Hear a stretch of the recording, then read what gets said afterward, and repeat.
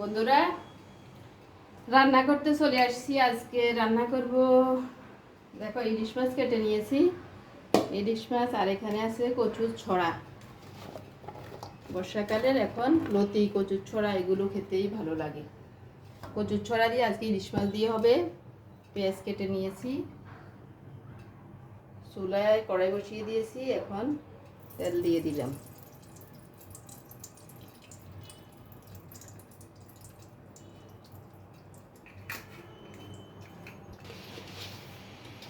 ইলিশ মাছ রান্নার জন্য প্রথমে মাছগুলো একটু হালকা ভেজে নেব। দিয়ে দিলাম লবণ, হলুদ গুঁড়ো আর হালকা একটু মরিচের গুঁড়ো।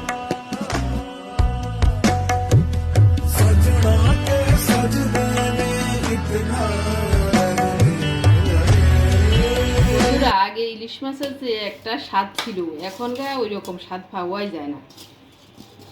এটা প্রাকৃতিক কারণে না কি কারণে এটা বুঝতে পারতেছি না। এখনকার ইলিশ মাছের মধ্যে সেরকম স্বাদই নেই। যেমন নেই তেল, তেমন কোনো গ্রানও নেই, অথচ দামেও কিন্তু অনেক বেশি।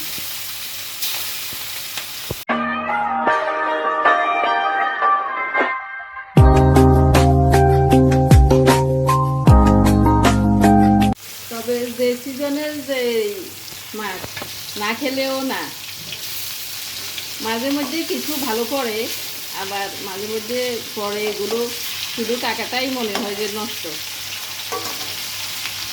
আজকেরটা মোটামুটি দেখতে ভালো দেখা গেছে, এবার কিরকম হয় রান্না করলে বুঝতে পারবে।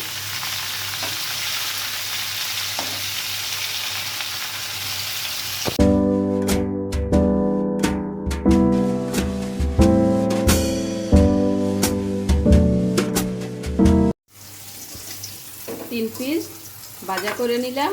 এগুলো তেল সহ ইলিশ মাছ ভাজা খাবো। একটু তেল নিয়ে নিই।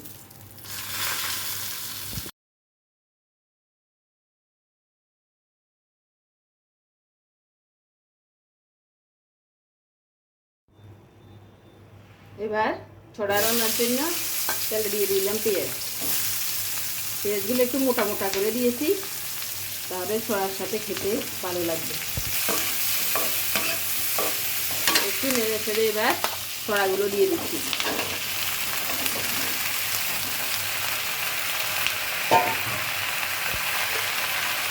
দিয়ে দিচ্ছি পরিমাণ মতো লবণ।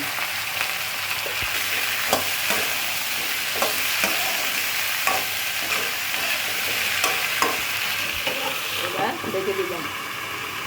এভাবে ঢাকনা দিয়ে দিয়ে আমি ছড়াগুলোকে নরম করে দেব, তাহলে পরে ঝোল দিলে আর বেশি সময় লাগবে না।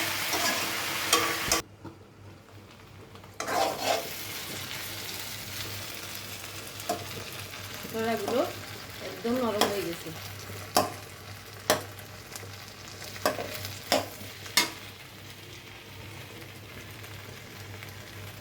এবার এতে একটু হলুদ দিয়ে দিলাম, দিয়ে দিচ্ছি মরিচের গুঁড়া,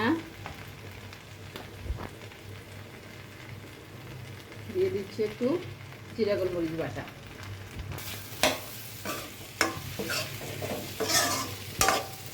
যেহেতু আমার ছড়া নরম হয়ে গেছে, তাহলে আর ভাজার দরকার নেই। আমি এখন জল দিয়ে দেবো।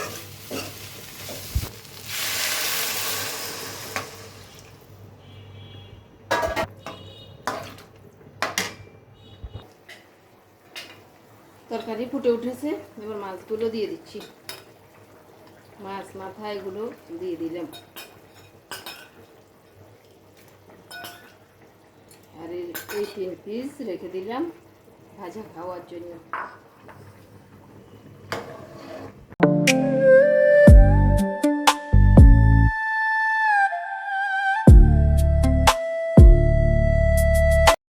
তরকারি হয়ে গেছে, এবার আমি নামিয়ে নিব।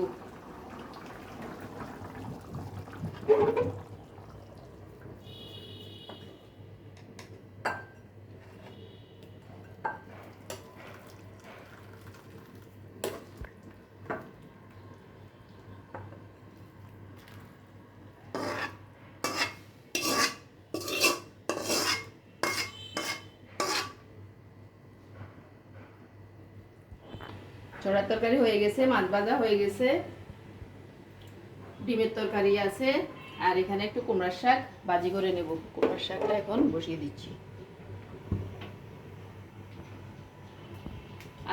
আজকের জন্য এগুলোই রান্না, এটা দিয়ে আজকে দুপুরের খাওয়া হবে।